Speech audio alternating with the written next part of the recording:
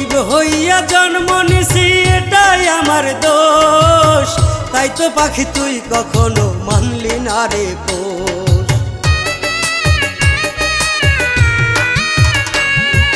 গরিব হইয়া জন্ম নিছি এটাই আমার দোষ, তাই তো পাখি তুই কখনো মানলি না রে পোষ। না জানি কোন সুখের আশায় কইরা গেলি পর, তোর লাগিয়া ক্ষত হইল আমার এ অন্তর।